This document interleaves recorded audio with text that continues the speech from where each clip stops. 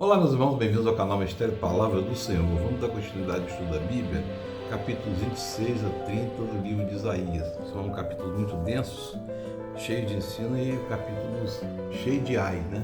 Como vocês já perceberam. Capítulo 26 é um cântico de louvor. Naquele dia, este cântico será entoado. E aí, que dia? Naquele dia que está falando aqui? O dia do louvor pelo livramento divino, né? Temos uma cidade forte, Deus estabelece a salvação com muros e trincheiras, abram as portas para que entre a nação justa, a nação que se mantém fiel. Tu, Senhor, guardarás em perfeita paz aquele cujo propósito está firme, porque em ti confio. Confie no Senhor sempre, pois o Senhor, somente o Senhor é a rocha eterna, ele humilha os que habitam, que habitam na altura, rebaixa e arrasa a cidade ativa e a lança ao pó. E aí vocês estão vendo aqui já um juízo, né? Contra a cidade. As cidades que pisoteiam, que no caso está falando cidade que pisoteia, ou nação que pisoteia Israel, né? E aí a gente vai lembrar do Salmo 1 aqui. A vereda do justo é plana. Tu queres reto, torna suave o caminho do justo. É suave, andando pelo caminho das tuas ordenanças, esperamos em ti, Senhor. A gente percebe aqui que os dois caminhos, o da obediência e da piedade e o da impiedade de ímpio.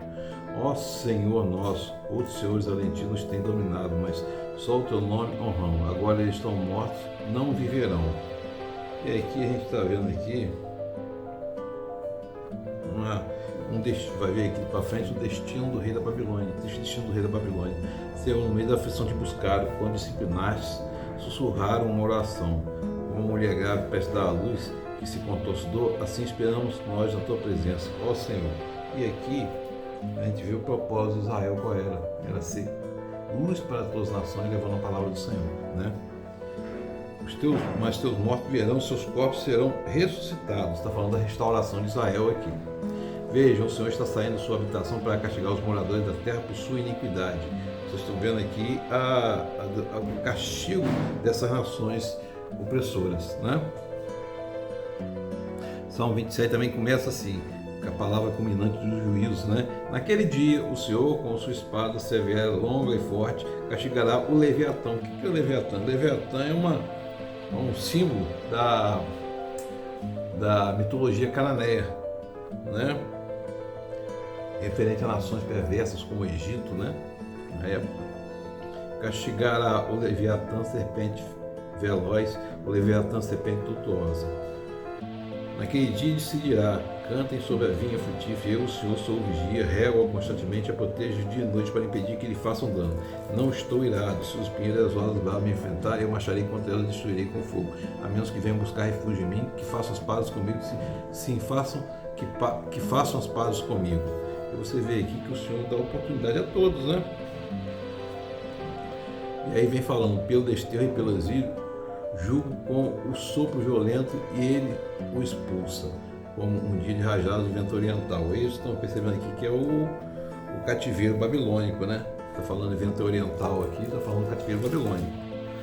Assim será perdoada a maldade de Jacó, a maldade de pecado de Israel, né? E esse será o fruto da remoção do seu pecado, ou seja, o exílio babilônico vai se representar o fruto da remoção do pecado de Israel, né? Quando fizer com que as pedras do altar sejam esmigalhadas, fiquem com pó de giz, os pós sagrados e altar de incenso não permaneçam em pé. A cidade fortificada está abandonada. Esmigalhar as pedras aqui significa destruir os altares idólatras. Tudo quanto é idolatria será destruído, né? O capítulo 28 começa também com ai, né? O ai de Efraim. Ai daquela coroa. Aqui vem uma série de 6 ais, vocês vão perceber. Ai daquela coroa situada no alto de um vale fértil, quando os bêbados de Efraim, ai da sua magnífica beleza, que agora é como uma flor murcha, ai dos que são dominados pelo vinho. A gente está vendo aqui, está falando aqui de Efraim, está falando da coroa. Qual é a coroa lá? A coroa é Samaria, né? Samaria era a capital de Israel do Norte, né? Era tido como coroa, né? E foi assolado, dominado, destruído pela Assíria, né? E aí tinha Efraim. Efraim também da mesma forma. Você vê aqui que vocês vão aqui perceber, se você ler o capítulo completo, no fim dos ais, vocês vão perceber que é decretado o juízo contra essas nações. E aí vai haver uma alegria, um canto que celebra a alegria dos redimidos. Você se redime dos seus pecados. O tempo todo nós temos que estar nos redimindo, nos arrependendo, né? No final, a cama é curta para alguém, demais para alguém deitar-se, cobertor é estreito demais para se cobrir. E aqui está dizendo que Israel, meu irmão, nessa invasão aqui, está despreparado, tanto do contexto militar quanto do contexto espiritual. Ou seja, Israel não tinha nada. Voltado para a idolatria, lá não tinha nada. Não tinha contexto, não tinha força militar e não tinha arrependimento espiritual, nem cobertura espiritual, na verdade, né? Ouça, escute a minha voz, preste atenção, ouça o que digo. Quando o agricultor ara a terra para o plantio, só faz isso o tempo todo, só fica abrindo suco e adiando solo, depois nivelado o solo, ele não semeia o endo, não espalha a semente do cominho. E aí você vê uma série de perguntas aqui relativas à duração do castigo. O seu Deus o instrui e lhes ensina o caminho, não debulha o endo com a trilhadeira sobre o cominho, não faz passar a roda de carro, senão estraga a semente, né? É preciso moer o cereal. Isso tudo vem da paz de seus exércitos, maravilhoso e um conselho magnífico, sabedoria. Ou seja, o Senhor, mesmo no castigo, o Senhor cuida para que não seja destruído. É uma educação do povo, é uma forma do povo voltar para Deus. E assim como as coisas vêm para nós não seremos destruídos pelo Senhor, de forma alguma. O Senhor está nos educando sempre, né? Mas busquemos sempre o Senhor, nos arrependamos sempre, né? E aí vem um outro ai da cidade de Davi. Aqui está falando de Jerusalém, né? Ai de Ariel, a cidade onde acampou Davi. Acrescente um ano a outro, deixe seguir o seu ciclo de festa. Mas eu sitiarei Ariel, que vai chorar e lamentar-se. Para mim será como uma fornalha de altar. Isso aqui fornalha de altar, quer dizer que um castigo, né? Está tratando de um castigo de purificação. Acamparei ao seu redor e eu a cercarei de torres, instalarei contra você minhas obras de cerco lançadas ao chão, e lá você falará. Do pó virão em murmúrio suas palavras. Aqui está falando da estratégia militar, né? Construiu várias torres em volta do muro de Jerusalém para poder sitiar, né?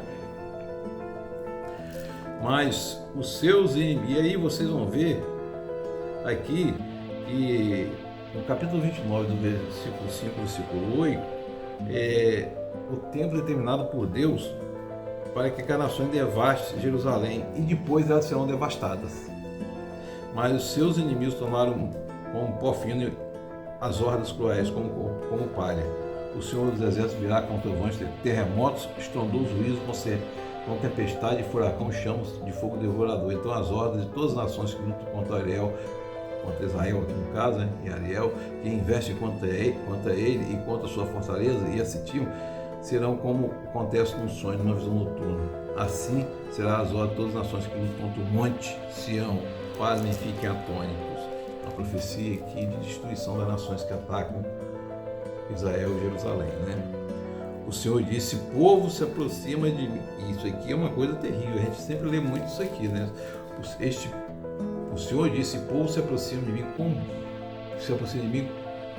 com a boca e me honra com os lábios, mas seu coração está longe de mim.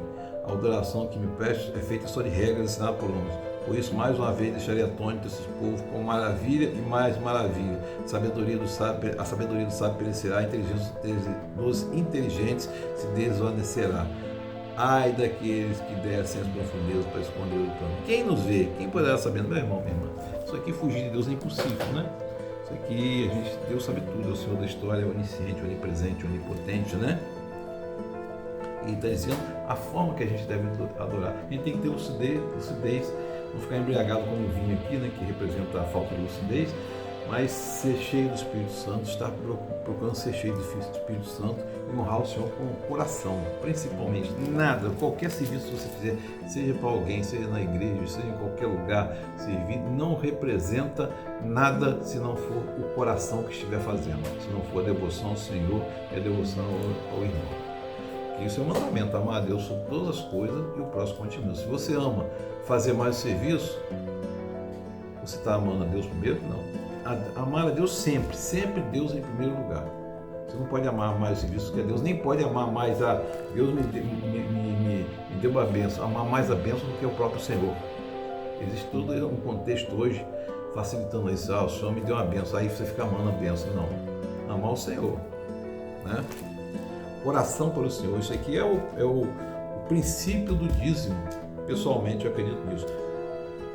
Coração é antes de tudo, né? O que quem nos vê? Está perguntando. O Senhor vê tudo, né? O capítulo 30 começa com outro ai da nação obstinada, que executam planos que não são meus, fazem acordo sem a minha aprovação. E aí, vocês vão ver aqui que em 715 Sabacó se tornou faraó. As nações menores, Síria e Canaã, procuraram ajuda contra a Síria. E Judá se juntou a ela também. Em vez de procurar ajuda do Senhor, se juntou a ela, né? O que vai dizer? Fazem acordo sem a minha aprovação para juntar pecado sobre pecado, que descem ao Egito sem consultar-me. Olha só, meu irmão, isso aqui é uma coisa muito complicada. Do Egito veio o povo. Do Egito saiu o povo, a nação israelita. Escolhida como herança do Senhor, entre aspas, né? Que tudo é do Senhor, para levar luz ao mundo através das palavras de fazer Deus conhecido, seus mandamentos conhecidos. E ele volta ao Egito para pedir ajuda contra a Síria. E detalhe, o Senhor deve ser a sombra de Israel. O Senhor deve ser a nossa sombra o tempo todo, né? Não importa qual a situação, deve ser o tempo todo. Se você fraquejar na fé, é normal fraquejar na fé, é normal a gente se desesperar. Busque sempre se arrepender e busque sempre conforto no Senhor. Não adianta você ficar confortável se não tiver conforto no Senhor, né? Mas a proteção do faraó lhe dará vergonha, a sombra do Egito lhe causará humilhação.